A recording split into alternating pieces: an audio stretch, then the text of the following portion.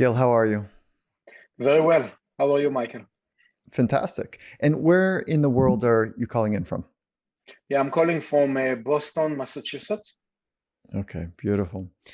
Okay, so where did your passion come from to be so dedicated and interested in longevity, specifically through nutrition?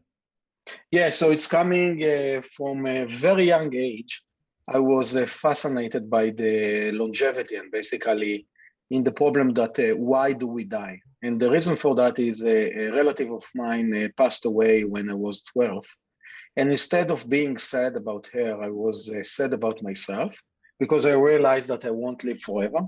And I assume that it happened to every person at a different age. But I took it really too hard. And I said that I want to dedicate my life and try to understand why do we die and how can we live longer, a better life. So that's the reason why I study biology, and we can discuss it later. But that's basically the background about that. And so obviously this person was, and this event was game shifting for you. And if you maybe help me understand what it was about the way you grew up. Obviously, um, I think you grew up in Israel. Is that correct? Yes. And so what was it about your philosophy or your spiritual framework that was ripe for you to have the deep questions about life at that age? Because that is rare. Yeah, it's a good question, and I think that as a very young age, I was maybe a bit arrogant, and there is a movie actually in Hollywood that said that I think that Jim Carrey is like he's all in a movie, and everyone around him are like someone that actually playing in the movie, and I felt like all the world was around me. And I think that because of that, I felt like I should maybe make a move. I think that I changed since then, and I'm much more, hopefully, much more modest and realistic. But I think that because of that way of view, and let's say that I felt a bit bright and all of that, I saw that that's a problem that maybe I can help solving. So. And then just to be clear, just to level set, because your work is around longevity and lifespan. Correct. What happens in your best estimate? What happens after we physically die? I really don't know.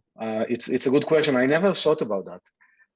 But what the biology or the physics or the chemistry is saying that basically our body is decomposed by bacteria and the yeast and other, and basically we disappear.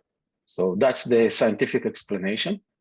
But as you know, there are a lot of religion that have a lot of explanation about that, that are, let's say, a bit more exciting and positive. But I don't know, I haven't been there yet. Okay. The reason I ask you that is because you've spent your life on increasing the quality of life, for Yeah. yourself and others. And to me, it begs the question a bit about why. And I don't ask that glibly or insensitively, but if your framework was that, listen, there's a lot of lessons that we need to learn, and it's based on a karmic approach to life and death, then I go, okay, gotcha. And if you say no, it's more hedonic, meaning that life is to have fun and to, pleasures and to explore. Okay, got it. So then, without sounding trite, like, why does longevity matter to you? I think that, as you said before, life is fun and it's supposed to be fun, and we can accomplish a lot. And because of that, I want to live to do it more and do it longer and continue to do that. And I hope that it's the same for everyone. My assumption that it is that it is. So because of that, let's try to get the most of it. And also, I think that it's very important to distinguish between lifespan and health span. And lifespan is how long we live, basically from the moment that we are born to the moment that we die. And health span is how long do we live in a good quality of life. And I definitely don't want to live to 200.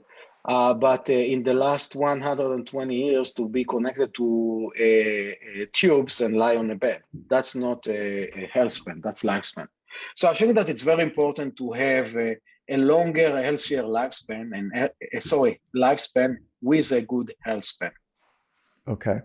And can you put a number? What you think is reasonable for the longest person to be alive in our lifetime? So we know that the longest person that lived so far was 122. And I don't think that it's changed a lot before, but we can see the change in the average lifespan. So if you look at the end of the beginning of the 20th centuries, the average lifespan was around 40. It's crazy, but that's what it was. And let's say that we are in the beginning of the 21st century, and the average lifespan is around 80, some places 82, some places 84. So I think that for sure, we can get above the 100 in the average with all the achievement that we are having and we will have in the future. The maximum lifespan is a good question, and there are a lot of speculation about that. There was a paper that published a few weeks ago, I think, that looked at theoretical based on data science. How can you predict the line and see what is the maximum lifespan? And they go to around 150. So that's one way to look at that. Some other people are saying that theoretically there is no limit, and you can look at the whales that live in the water, and they can live to hundreds of years. And if you look at turtles, they can live even longer. And if you look at the biggest planet in California, the Sequoia, they can live for thousands of years. So theoretically, why can't we do that? And I don't have a good explanation why not. I think that what happened is that the evolution, because basically we were created for the evolution to create the next generation. For human, the creation of the next generation is between the age of, let's say, 20 to 40, roughly. And there is not any evolution advantage to live much longer after that.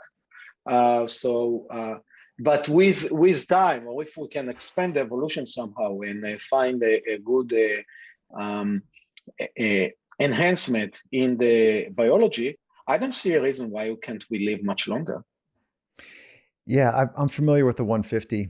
And if I was to be a betting person, I would say it's going to be older, but I'm not sure that that's going to happen in my lifespan. I think it might happen in my child, who's in his teens to date. So I think in my lifespan, I'm 50, that we're going to see the average move up to 100. And in that average moving up, I deeply appreciate the call out that you're making right now about health span and lifespan, because I'm interested in health span as well. Now, all that being said is, I want to just pull on the thread where you're saying, trees can live for thousands. Yeah, they don't have the stress that we have. They don't have chronic stress. Somehow their chronic stress is more adaptive and ours is maladaptive. And so we've got to figure that thing out.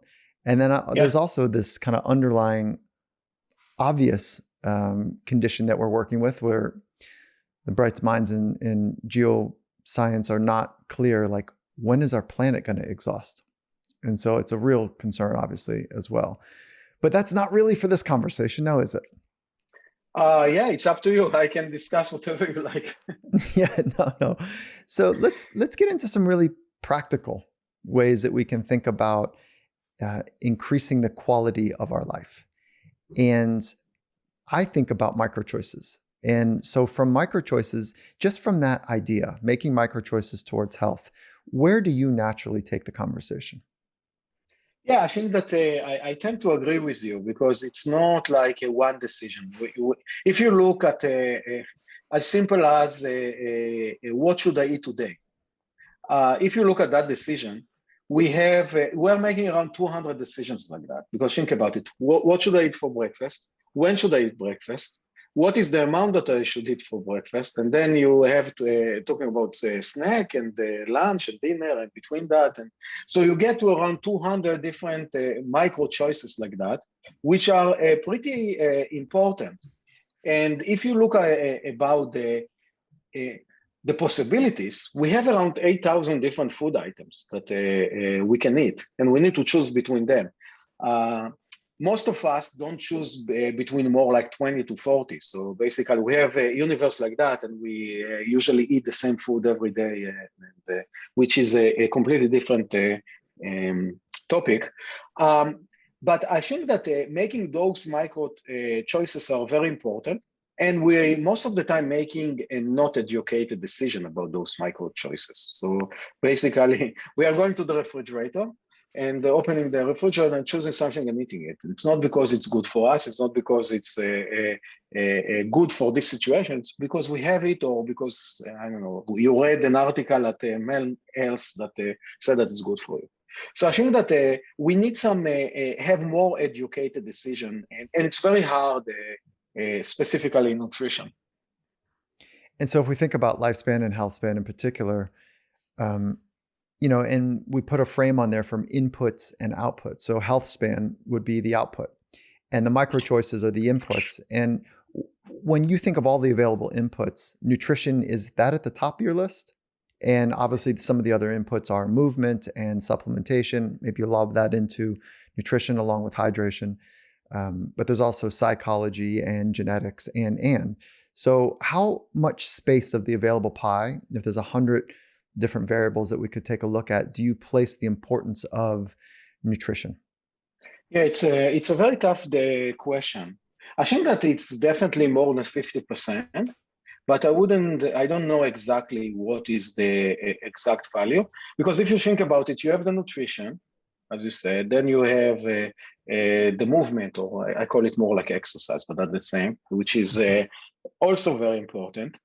And then you have the psychology, as you said, then you have the supplementation. And I see supplementation more like let's say, a lazy solution in a way. Not always, but most of the time, because most of the supplementation you can compensate by the right nutrition. Not all of them, like vitamin D is a good example of something that it's hard to do, but it's much easier. It's much easier to come and say, I will take vitamin D supplementation every day, 5,000 IU, and you do it. It's much easier for the user to do it than to come and say, okay, I need to get my vitamin D from food and eat, let's say, fatty fish 3 times a day. It's much, much harder to do that. And then you have all the lifestyle, which I think that it's also very important. So basically sleep and maybe meditation and going outside. And so it's maybe going to the mind that you mentioned before, but I call it more like lifestyle. And I think that that's also very important. And you mentioned the stress a lot. Yes, stress is not good, and we have a lot of stress today, especially when you have this guy on your hands, and you look at Facebook and see all your friends that posting, oh, they're having fun all the time, but basically an hour, a minute a day, they're having fun, and that's what they are posting, and you feel everyone's frustrated that everyone else is having fun, and they are the only one that are miserable. So I think that there is a lot of stress in our society right now that we are pushing on ourselves. But the bottom line is, I think that nutrition is definitely very important, because it's like in data science, you have garbage in, garbage out, meaning if you will feed yourself in a good food, it's like feeding the car in the right gasoline in a way. The car will drive longer.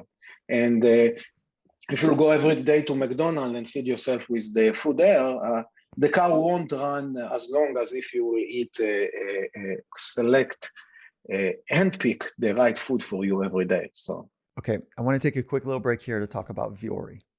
Whether you're nearing a return to the office or continuing to work from home or some sort of hybrid, I know one thing that won't be changing for me anytime soon.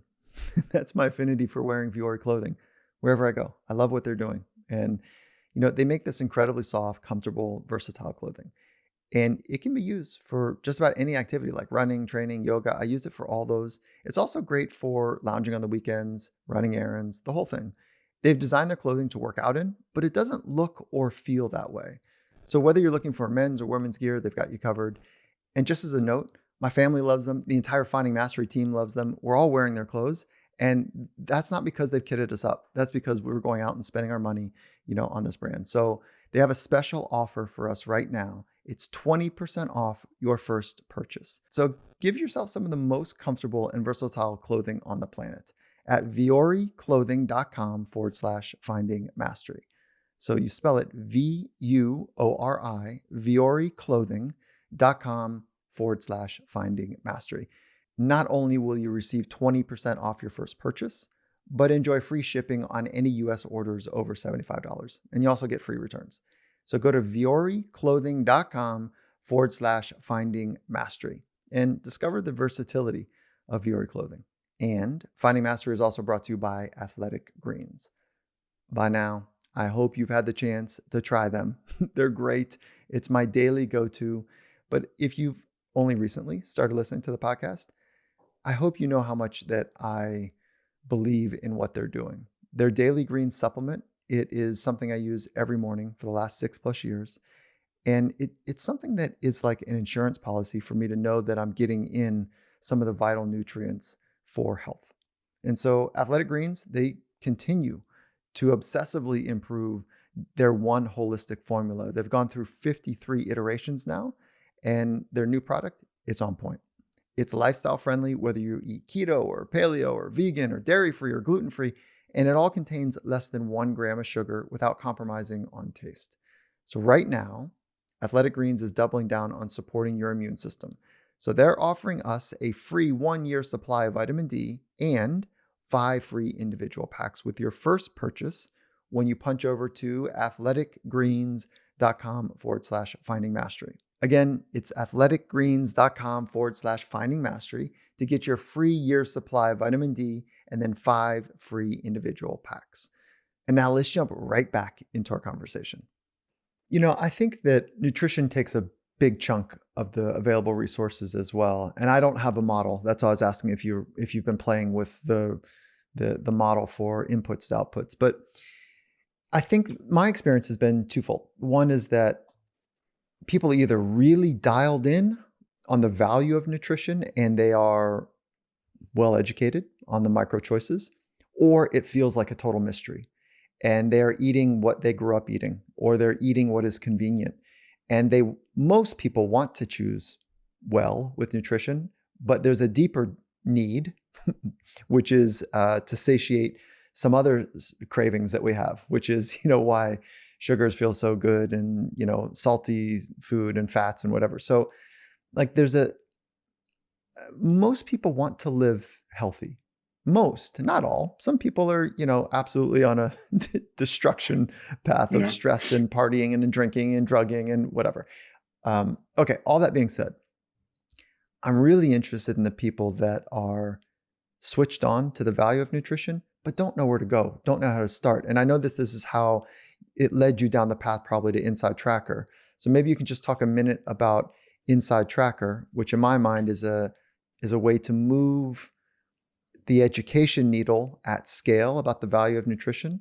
But I want to speak to those folks, to me, who I know the value of it, and I try to make my best choices, but it's hard. And by the way, I would have no idea where to start if I didn't have some sort of blood panel or draw to say, this is actually what my body is needing, and this is what I'm doing well at. So can you just kind of start from InsideTracker to assessment to informed micro choices and get really specific if we can on the micro choices? Yeah, of course. So the idea of InsideTracker is again helping people to live a longer, better life. And again, if we are going deeper, is allowing them to understand first what's happening inside their body. So what are the issues that each of us have? And I think that our body is a very complex machine. It's maybe the most complex machine that we have. But if you think about it, we are not treating it well. So we don't have, let's say before InsideTracker, there wasn't any real plan for prevention. We have the physician, which are doing a great job. I really think that the physicians are doing a great job, but their job is when the machine is broken. So they know how to treat a body that is broken, basically sick.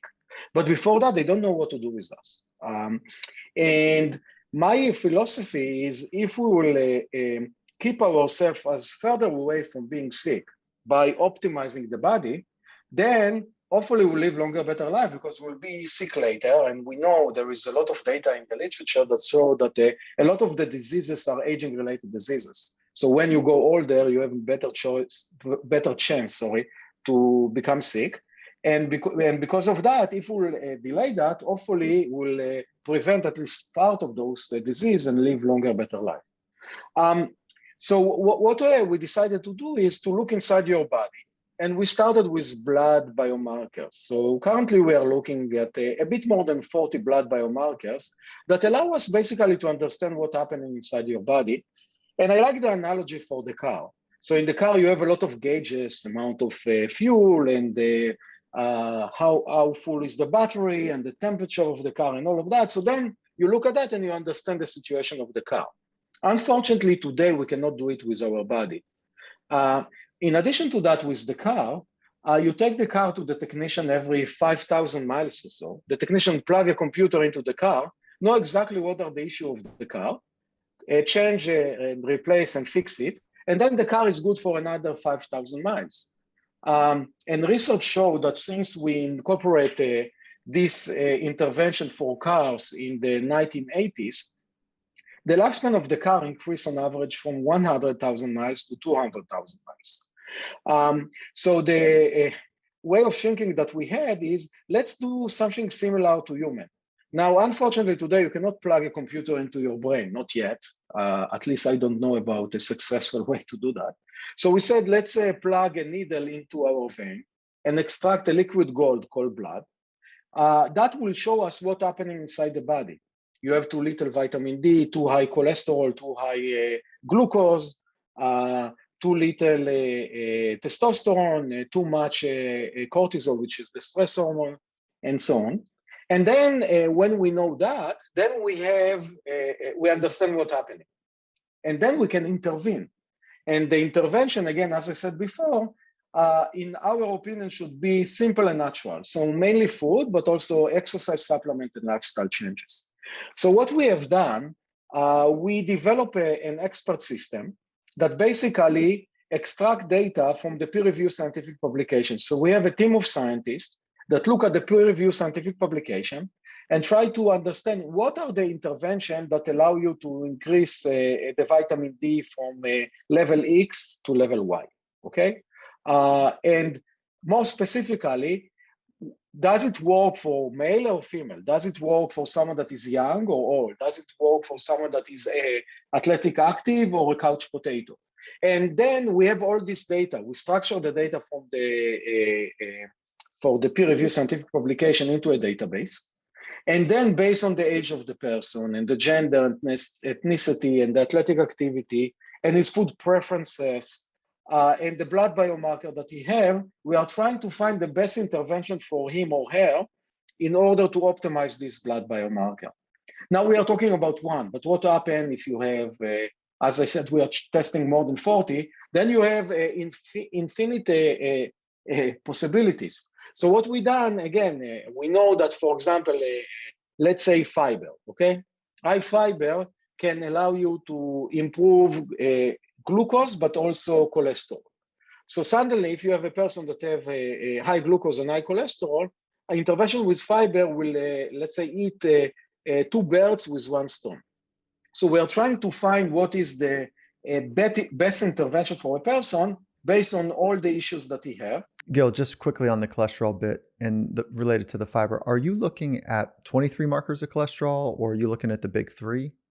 How many markers are cholesterol? Yeah, we are currently looking at the big three, basically HDL, LDL, and the total cholesterol. Yeah. Okay, yeah, and just to be clear, like the reason fiber is so interesting is for cholesterol and glucose is that glucose and cholesterol are related, and why would you choose fiber and cholesterol?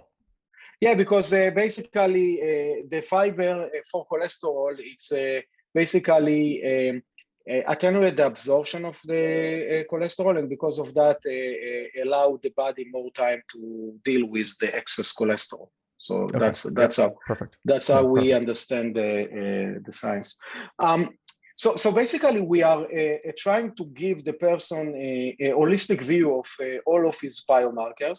We started with blood only, but now we also have activity trackers. So we are connected to Fitbit and the Garmin and working on Apple Watch. We're also looking at the genetics of the person. And for example, let's go back to, let's say, cholesterol. We can find whether you have high cholesterol or not, but we can also know whether you are predisposed to have high cholesterol. So basically, do you have a risk for high cholesterol? And then based on that, we can give you the best recommendation possible. So basically, it starts with diagnostics. So it can be blood, DNA, and fitness tracker. Then we have the expert system that look at all the possible intervention. And out of that, selecting, let's say, the 20 best for you, showing it to you, and also asking you, what is your goal? Do you want to sleep better? Do you want to distress? Do you want just to live longer? Or do you want to optimize your body? And we have around 12 goals or so. You select the goal, and then based on that, you receive the recommendation, and you select which one are doable for you. When you have them, you can start follow the plan. And we're sending you notification, and you need to check in. And we're also sending you some pro tips, like, for example, let's assume that you connected your fitness tracker to InsideTracker, and we realized that your deep sleep was very low last night. We'll send you a notification and say, hey, Michael, last night your deep sleep was pretty low, but don't worry, we have a plan for you.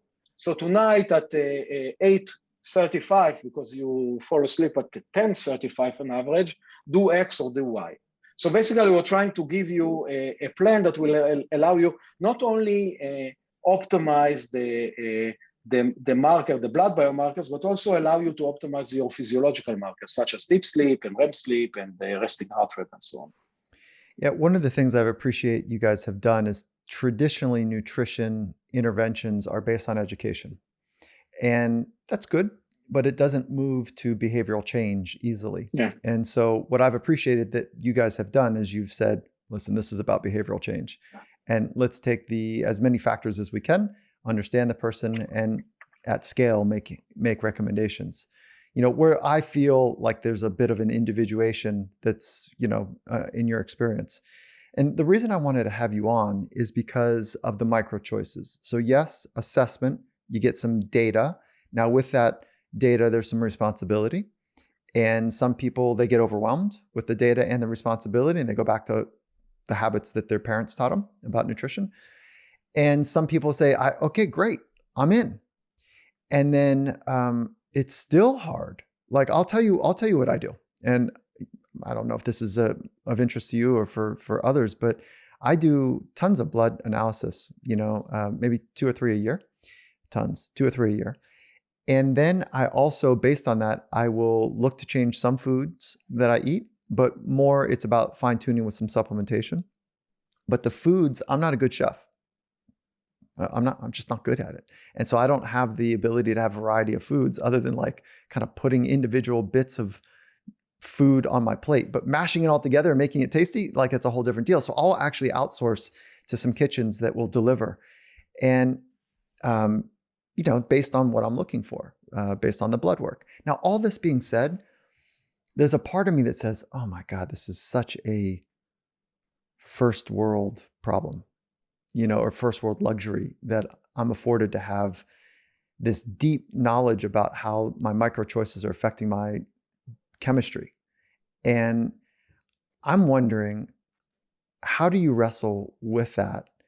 And because I'm definitely not speaking light of the purpose that I think you and I are aligned on, which is health for individuals. But how do you wrestle with the first world nature of what we're talking about? The privilege, if you will.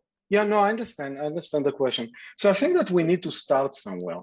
And we are not a non-profit organization, so we also need to make profit and also find the population that will help allow us to continue to develop it. So I see the people that we have right now, our users, as in a way I don't know if it's nice to say it, but in a way, like a guinea pig. I'm a scientist, so they are helping me to build the platform and to optimize it. And right now it's pretty expensive, but I think that with time it will be cheaper and simpler. And I think that then maybe everyone will be able to use it. So you always need to start somewhere. Let's take the example of the electric car. Okay, Elon Musk started with the Tesla that cost, I don't know, at the beginning maybe a couple of hundred of thousands of dollars. Most of the people cannot afford that. But he started and built it, and yeah, it was a status symbol. And now, if you look around, he came with the less expensive Tesla, and I don't know, almost 5% of the user or the driver in the US driving either Tesla or other cars that are electric car. So you need to start somewhere. The same with we are now in the midst of a revolution of the space traveler. In the last couple of months, we've seen a few different billionaires flying to space. And definitely, it's not the budget that I can fly to the space yet. But I think that in 5 to 10 years, I might be able to afford it.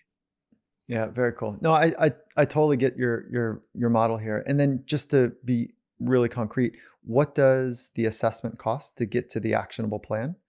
Yeah, so if it's someone like you that have the data in his getting it from his physician or something like that, it costs $119 per year, and you can upload as many tests as you want.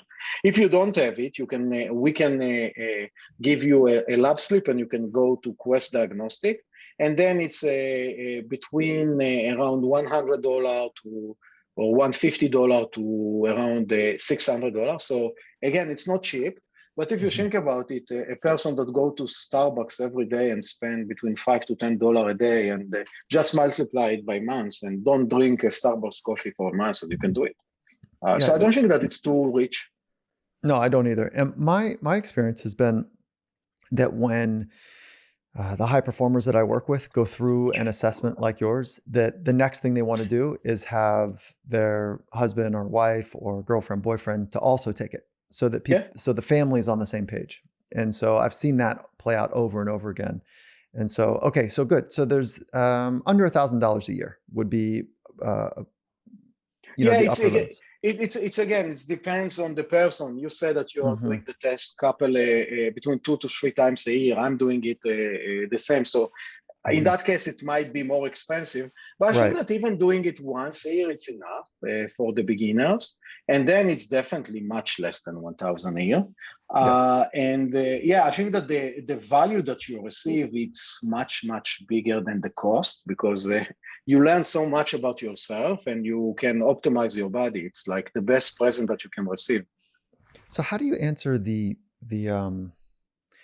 psychology of folks that say, I love it. I want to know more, but I don't really want to know. Like they're saying to themselves out loud, like they want to be better, but they don't really want the data, because the data can become overwhelming. And again, that responsibility takes front hold. So how do you speak to them?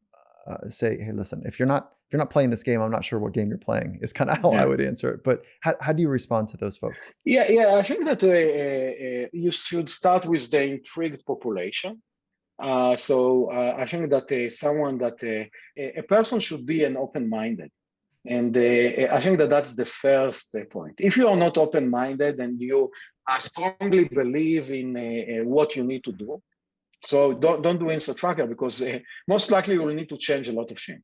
If you are not 100% sure what you want, and you want to learn and you want to be better, then come to us. But if you 100% sure what you need to do and you don't want to learn, don't waste your money. Yeah, it's good.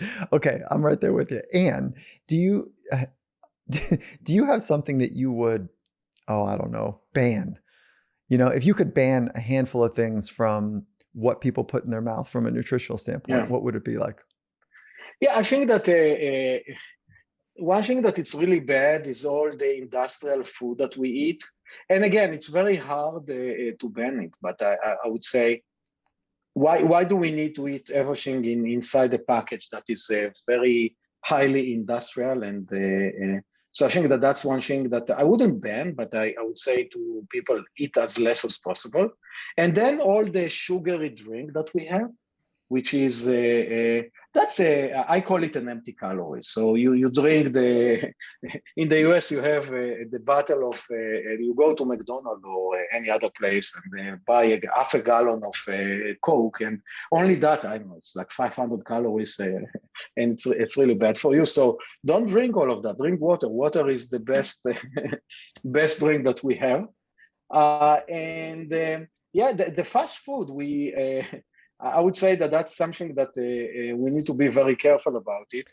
But even if you go to fast food, try to eat there. If you don't have a choice, or stuck in the airport or something like that, try to eat the thing that is the least industrial. So try to eat the salad or something like that.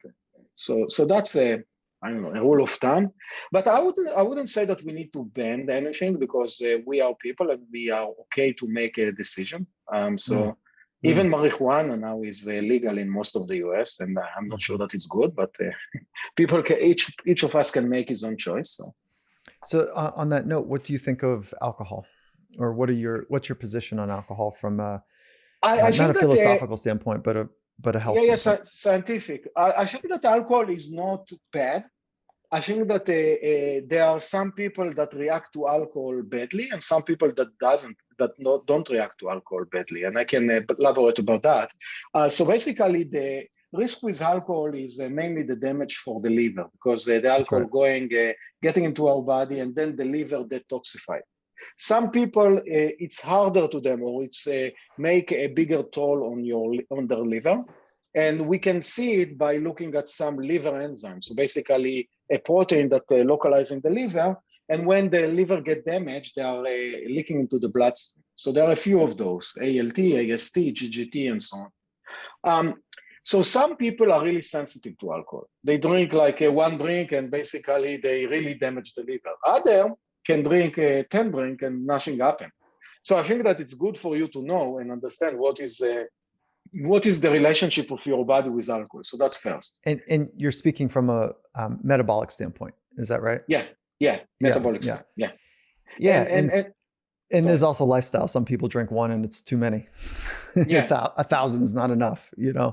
And so there's also that bit to it as well. But so strictly from a liver standpoint, you're not as concerned about the pure sugar part of it, because my understanding from my lenses is that sugar is a real challenge for people from a health perspective. Yeah, but there are some kind of alcohol that you don't have too much sugar, so you can look at that.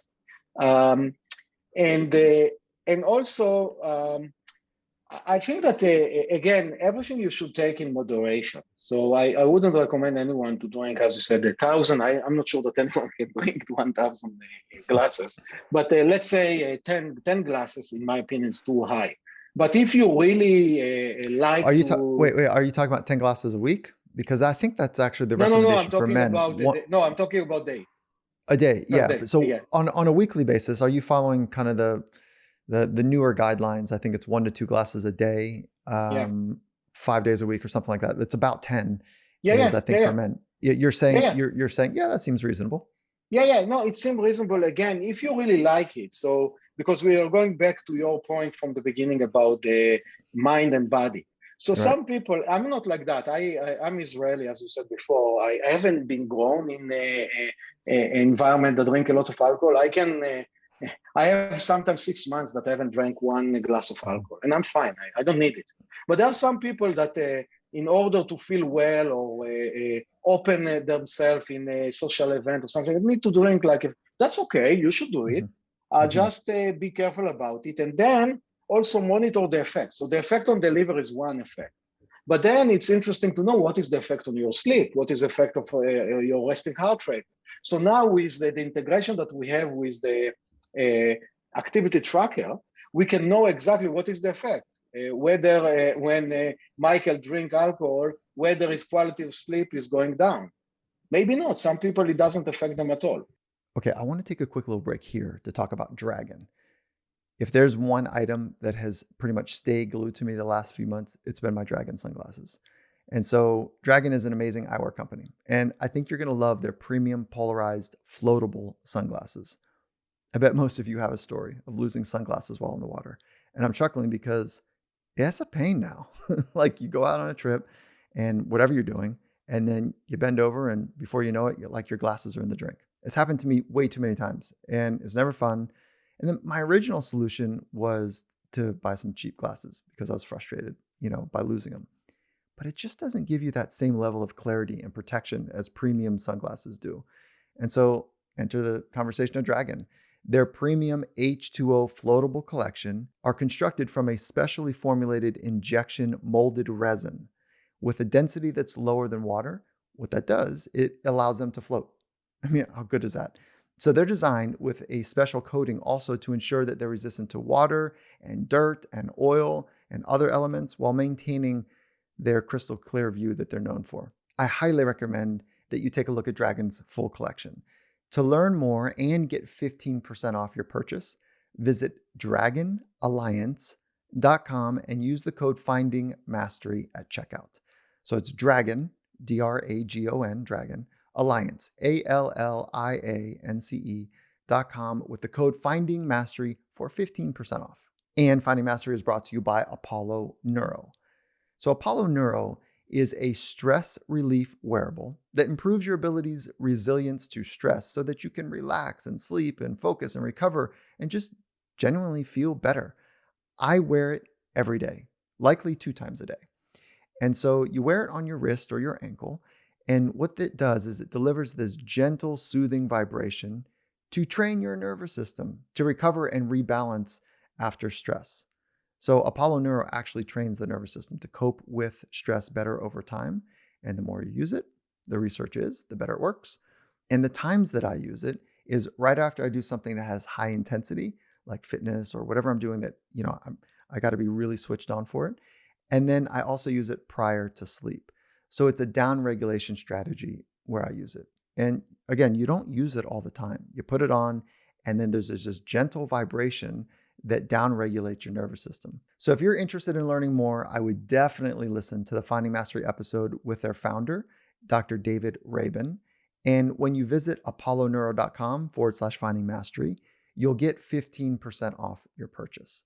So how do you spell it? It's Apollo Neuro, APOLLO, Neuro, NEURO.com/finding mastery for 15% off your purchase. So with that, let's jump right back into our conversation. And even like one glass, and let's say I have a glass and then I fall asleep in 2 hours, the 2-hour window is even problematic. It needs to be more like for 3 hours for me to metabolize it in a way that it doesn't affect my HRV. Yeah. So I'm saying it's very hard to come and say, and I don't want to say it, alcohol is bad. And the same is with coffee. So people ask a very similar question about coffee. Coffee is good or bad? So it depends. And again, there is a lot of data in the literature also about some genetic predispositions. Some people are more sensitive to coffee. Some people are less sensitive to coffee. Some people knows that, like for me, I don't drink coffee also, maybe once a year. And I remember I drank coffee like a few months ago in the morning. And I had a really bad sleep the night after. Think about it. I drank in the morning and I'm so sensitive. Maybe I'm so sensitive because I'm not drinking coffee at all. So my receptors are so sensitive. But it's really personalized. So if you really like coffee and you don't feel that it's doing so bad for you, coffee is a great, I'm sure that you know that, it's a great athletic activity enhancing drug. If doing coffee before a performance, you might increase your performance by maybe 5% or something like that. It's a really good performance enhancing drug, which is okay to use. So what I'm saying, I wouldn't say that coffee is bad, and I wouldn't say that alcohol is bad. It's depending, is it good or bad for you? And so let me ask something super technical, because tea leaves and coffee bean shells are really, or skins, the polyphenols are really interesting properties, for brain health and whatnot. So where do you get your polyphenols in? Yeah. I eat a lot of fruits, and you have it in the fruit, especially because red wine have a lot of polyphenol relatively. So I get it from grapes, but yeah, I'm not getting it from wine. And if you want to get enough of it from wine, you need to drink a lot of wine. And I'm not Yeah, sure you that certainly it's do. yeah. So let's kind of follow this thread. I want to go to some concrete places like resveratrol, and Yeah. so as a supplementation, and we're talking about grapes and red wine and the skin of grapes. You know, this I think it's the skin is a high incidence of resveratrol. But can you Yeah. just talk about, are you bullish on it? Do you have concerns about resveratrol as a supplementation? So I don't have a problem with that because I think that it's a natural supplementation that have been used for a very long time. So it's not something new. It's not small molecule, and I have a new small molecule that we haven't tested. And I think that if you look at the longevity, and I don't know how much your audience know about that, but what happened, I would say, I don't know, maybe 15 years ago, is that Professor David Sinclair from Harvard Medical School found that resveratrol is an activator of the SIR2 family of proteins, which he and others have shown that they are longevity genes. So basically, in that case, resveratrol is great. It can extend the lifespan. They showed it in yeast and worms, and he also showed it in some instant in mice. So it's a very interesting molecule. But I think that on top of that, resveratrol have been also showed before that is a very strong antioxidant. So I think that if you think about resveratrol, it's not a clean activator of SIR2 family. It is activator, but it's also doing a lot of other shit. And I think that from looking at the literature, and again, I'm sorry, I haven't looked at it recently, but I remember that it's doing a lot of things other than only activating SIR2. One of them, one notable is being an antioxidant. So I don't think that I don't know about any side effect or negative effect of resveratrol. So I would say that it's okay to take it. Again, I'm always recommending trying to get it from food on top of a supplement. But if you don't have time or you don't feel like, or you really believe in that, by all means, I don't think that resveratrol is bad. Okay. All right. So slight pivot, to autophagy as a principle and rapamycin as an interesting compound that I'm learning more about now. But yeah, what are you doing with restricted feeding times? And that's why it's related to autophagy. But what are you doing with your restricted feeding times? So me specifically, you're asking, right? Yes, and then also, what do you recommend for most so people? I'm trying. I think that a feeding restriction, or I call it caloric restriction, it's definitely something that there is a lot of data again for model organism, getting back to hundreds of years ago. And the first study was done in the 1930s. That basically a scientist grew rats in the lab and basically restrict the amount of calories that they receive. And surprisingly, increase the lifespan of those rats by 30 to 50%. And then a lot of other scientists done it again and again and again, mice and rats and yeast and worms and even monkeys. And the data is repeating itself. So basically, restricting the calories have been shown a lot of positive data in model organisms, from yeast till monkeys. In humans, there is a data that show it's very hard to look at lifespan in humans because I will start an experiment today and I will die before the data will come. So it's very hard to do a formal lifespan experiment in human. But what you can do is look at the biomarker for longevity. So for example, we know that the level of glucose is very correlated with longevity. You have a lower glucose, you live longer. Or the blood pressure and the other. And based on that, they've seen that when you do some caloric restriction or feeding restriction in human, you can see a significant improvement in those biomarkers of longevity. So there are some correlation between restricting your calories and longevity also in human.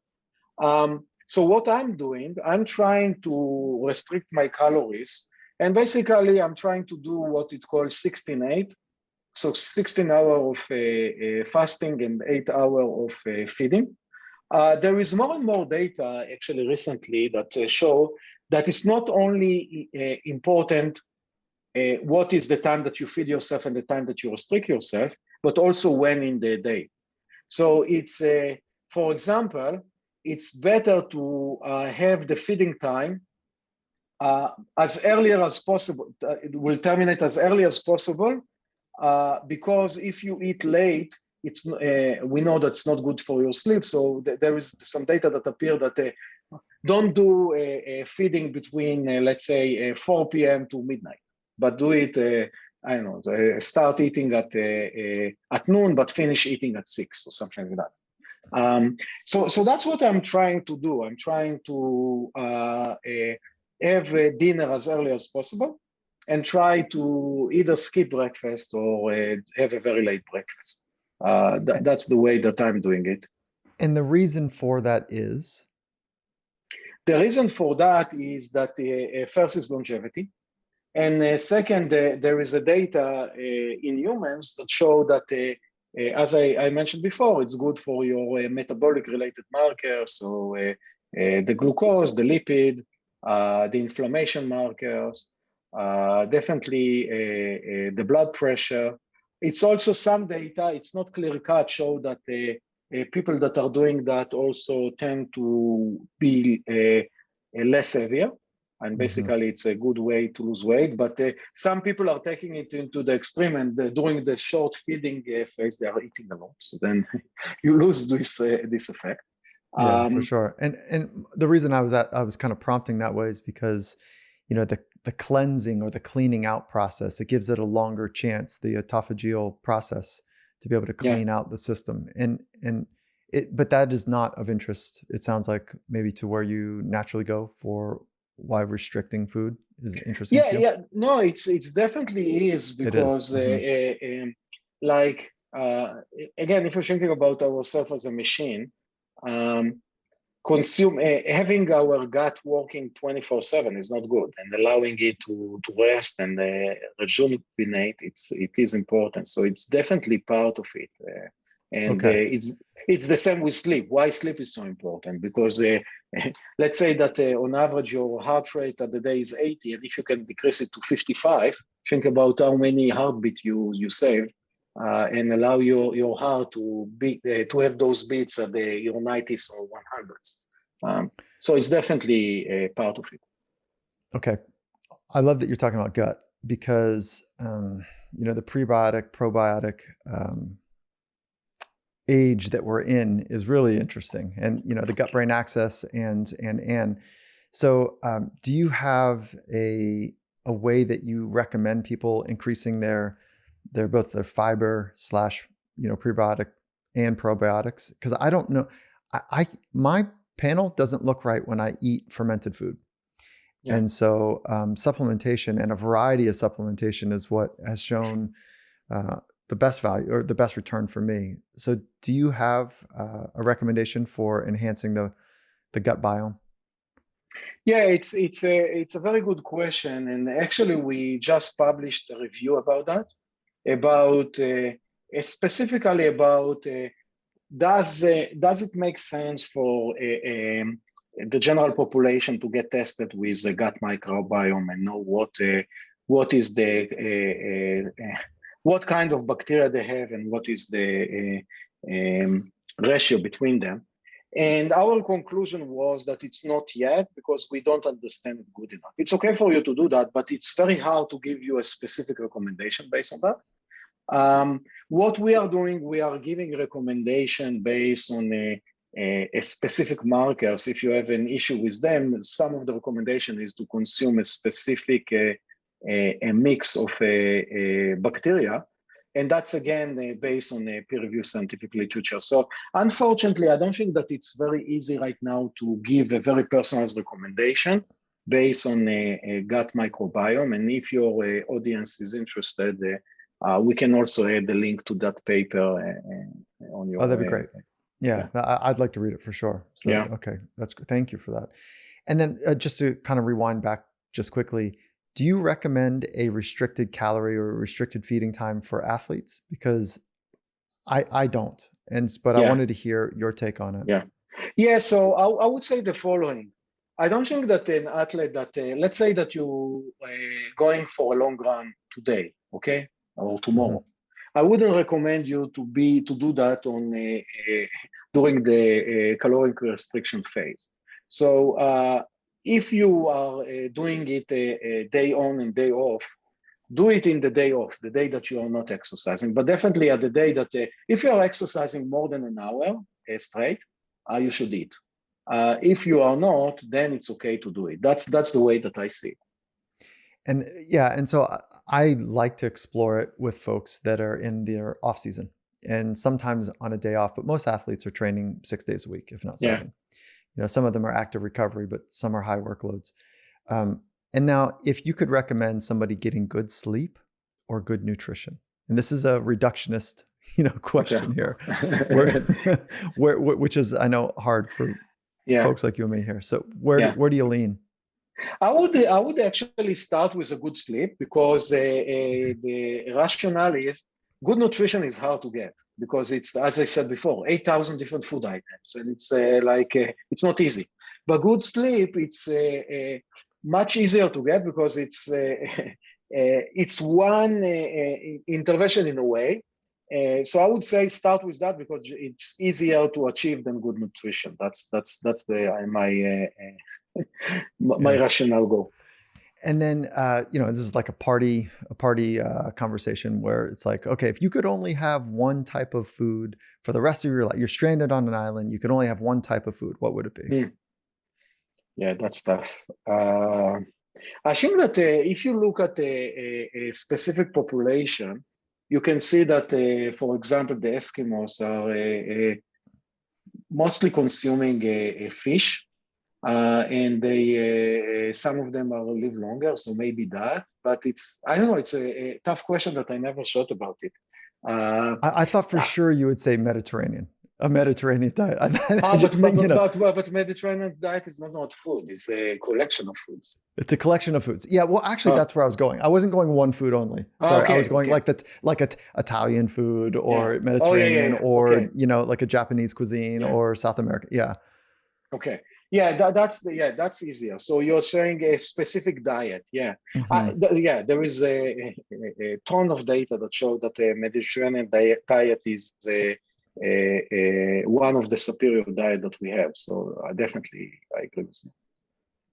How about MCT oil? I know I'm bouncing around on different trends, if you will, but since we're talking about Mediterranean as being a stable choice, which is the majority of my diet, but what about MCT oil? And then we'll round this up and talk a little bit about red meat, and we'll talk a little bit about that.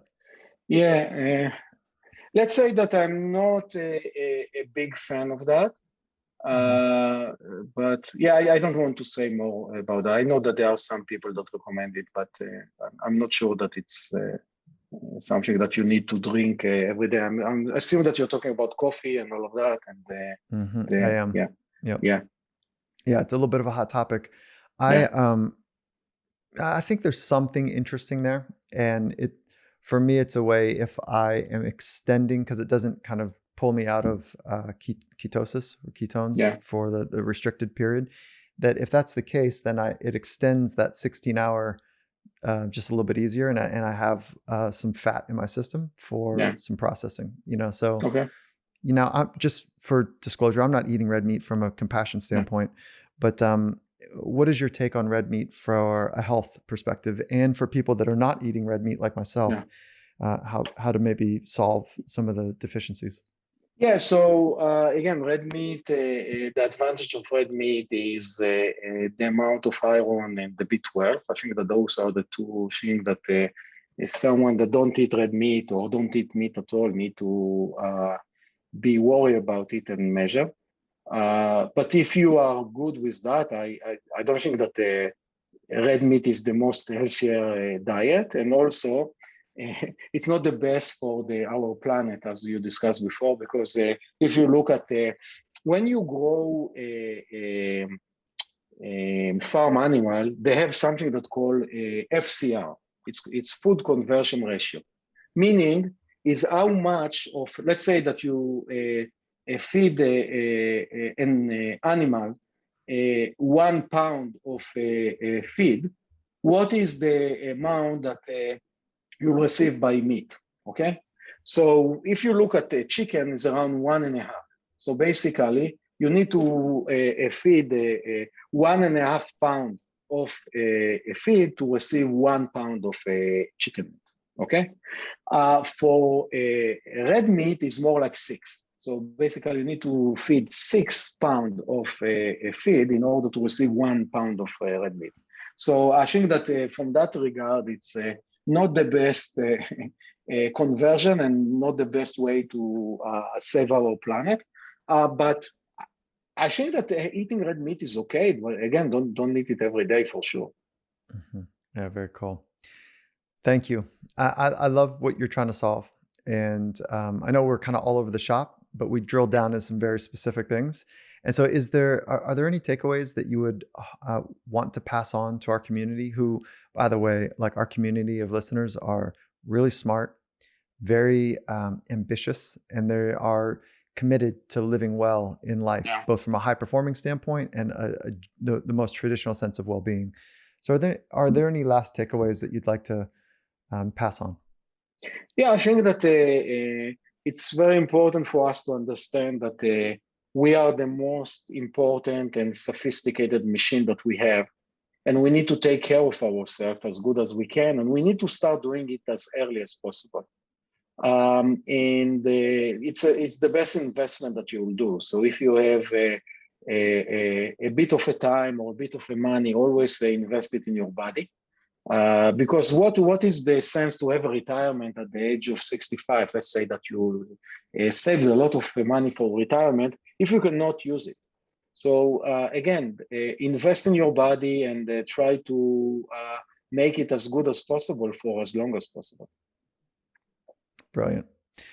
Thank you so much for your time, your expertise, Gil, to make a difference on the planet and for humans. So I just want to say thank you. And I'm stoked to introduce InsideTracker to our community and what you've built there. It feels sturdy and it feels like you're just getting started. So thank you. Thank you so much, Michael. It was a pleasure.